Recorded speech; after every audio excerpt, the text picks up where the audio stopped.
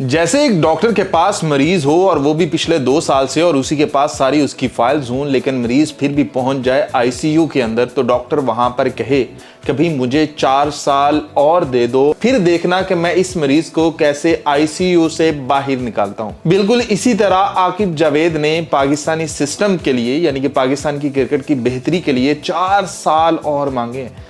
मतलब कि आकिब जावेद साहब को 2 साल हो गए हैं और 2 साल के बाद उनको यह पता चला है कि भी अगले 4 साल मुझे और मिल जाएं तो फिर मैं पाकिस्तान की किस्मत को बेहतर कर सकता हूं। ये उन्होंने प्रेस कॉन्फ्रेंस मतलब कि एक शो में बैठकर कहा।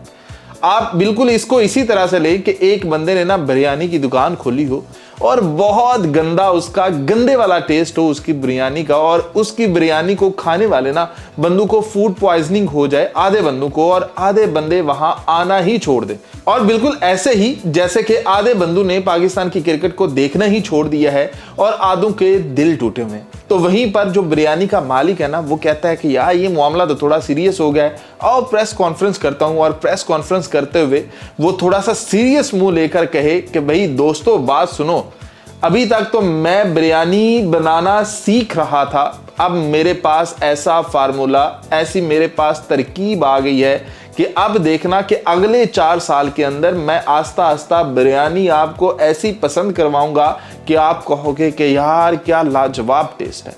भाई आकिब जावेद ने यह कहा है कि मैं अंडर 19 और पाकिस्तान की जो ए टीम है ना उसके ऊपर देख रहा हूं, उसके ऊपर मेहनत कर रहा हूं।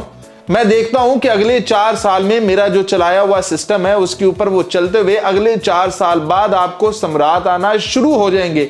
यह नहीं मैं कहूंगा कि अगले 4 साल बाद पाकिस्तान कोई वर्ल्ड कप, कोई बिग ट्रॉफी, कोई आईसीसी का इवेंट जीत लेगा। अगले 4 साल बाद आप चेक करिएगा कि पाकिस्तान कहां खड़ा होता है, पाकिस्तान का टैलेंट कहां खड़ा होता है। तो भाई लेवल है इस बंदे का कि भाई फूड पॉइजनिंग वाली बात ले लें, आईसीयू वाली बात ले लें, इस बंदे ने भी पाकिस्तानी क्रिकेट का ऐसे ही बेड़ा गर्क किया है कि टीम को 2 साल के अंदर आईसीयू के अंदर पहुंचाकर ये बंदा अब क्लेम कर रहा है कि 4 साल और चाहिए, और वो भी पाकिस्तान की ये जो नेक्स्ट जनरेशन है ना उसको बनाने के लिए।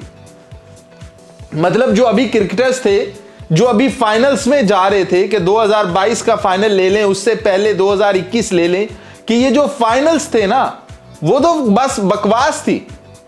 मतलब सुपर 8 में जाने के लिए हमें 4 साल और लगेंगे। कि ये जो बाबर था, रिजवान था, शाहीन था, इस तरह के ये जो प्लेयर्स थे ना, ये तो मेरे लेवल की नहीं है, इनको तो मैं प्लेयर्स समझते ही नहीं हूं। मतलब इनके ऊपर उसने कोई अपना फार्मूला नहीं लगाया, इन 2 सालों के अंदर उसने कुछ आजमाया नहीं है इनको। बस यहां पर ये उसने फैसला किया है कि अभी तो सिस्टम बनना शुरू है, जबकि अपने मुंह से बंदा कहता है कि मैं कोई पाकिस्तान के सिस्टम के अंदर ऐसे ही नहीं आया, मेरे पास था एक प्रॉपर प्लान। मैंने मोहसिन नकवी साहब से यह नहीं कहा कि मुझे सिलेक्ट करेंगे तो फिर मैं आपको बताऊंगा कि मैंने करना क्या है, बल्कि मेरे पास था एक प्लान, और वो प्लान मैंने मोहसिन नकवी साहब को दिया।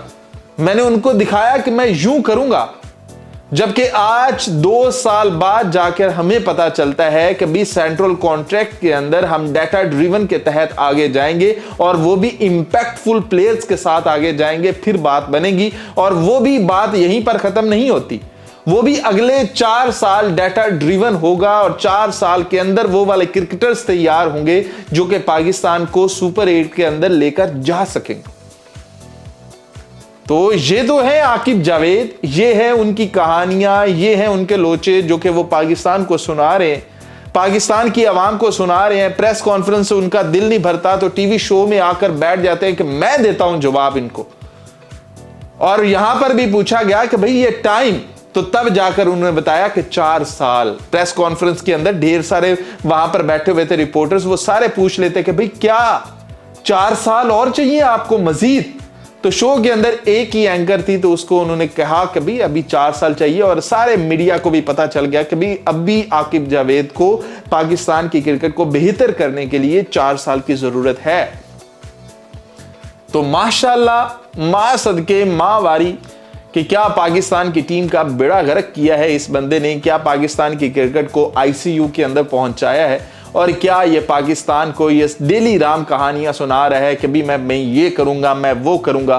भाई जो बना बनाया एक सिस्टम था, वो सिस्टम आपने तबाह कर दिया। आपने सिस्टम बनाना था डोमेस्टिक का, आपने आकर ये कर लेना था कि भाई मैं पाकिस्तान का जो डोमेस्टिक का स्ट्रक्चर है ना उसको बेहतर करूंगा। सारे यहां पर ना टीवीज पर बैठकर ये बातें कर रहे होते हैं, जितने भी पाकिस्तान के एक्स क्रिकेटर्स हैं जिनको ओहदे मिलते हैं, वो ये बात कर रहे होते हैं कि ऑस्ट्रेलिया का डोमेस्टिक स्ट्रक्चर बहुत तगड़ा है। वहां पर डोमेस्टिक के अंदर जो बंदा निकल के आता है उसने इतनी क्रिकेट खेल रखी होती है कि वो इंटरनेशनल बिल्कुल किसी भी टीम को वो वक्त में डाल सकता है। लेकिन यहां पर पाकिस्तान के अंदर तो हमने डोमेस्टिक के अंदर कुछ नहीं देखा कि आपने ये प्लान बनाया हो, आपने डाटा ड्रिवन प्लान बनाया है, यहां पर वो भी अप्लाई होगा डोमेस्टिक के ऊपर भी। आगे जो डोमेस्टिक के सीजन आएंगे और काम करती रहेंगी लाहौर कलंदर जैसी, हैदराबाद किंग्समैन जैसी ये वाली फ्रेंचाइजीज नीचे लो पॉइंट के ऊपर, जहां पर आपको बच्चे ऊपर लेकर आने हैं, जहां पर आपने टैलेंट का निखार करना है, जहां पर आपने बच्चा ढूंढ कर लाना। अब एक बात देखें कि शाहीन शाह अफरीदी किसी फास्ट बॉलर्स को आने देगा जो आकर उसी की जगह खा रहा होगा? जो कि आकिब जावेद साहब आपने बनाना था, जो आप प्लान लेकर आए हुए थे वो प्लान आपने एग्जीक्यूट करना था, लेकिन आपको वो प्लान एग्जीक्यूट करते करते 2 साल लग गए। और वो भी जो प्लान है वो अपनी तकमील तक पहुंचने के लिए 4 साल उसे भी दरकार हैं, तो टोटल आपके 6 साल, मतलब 6 साल आपको इक्तदार सौंपा जाए और उसके बाद आप कुछ सम्राट लाना शुरू होंगे। और वो भी आपकी गारंटी नहीं है कि पाकिस्तान कोई इवेंट जीतेगा, वो गारंटी आपकी ये है कि पाकिस्तान किसी न किसी पोजीशन पे खड़ा होगा, मैं कुछ ऐसे बच्चे तैयार कर दूंगा। तो वेल डन सर, आपकी सोच, आपकी अप्रोच, आपके विजन को सलाम है।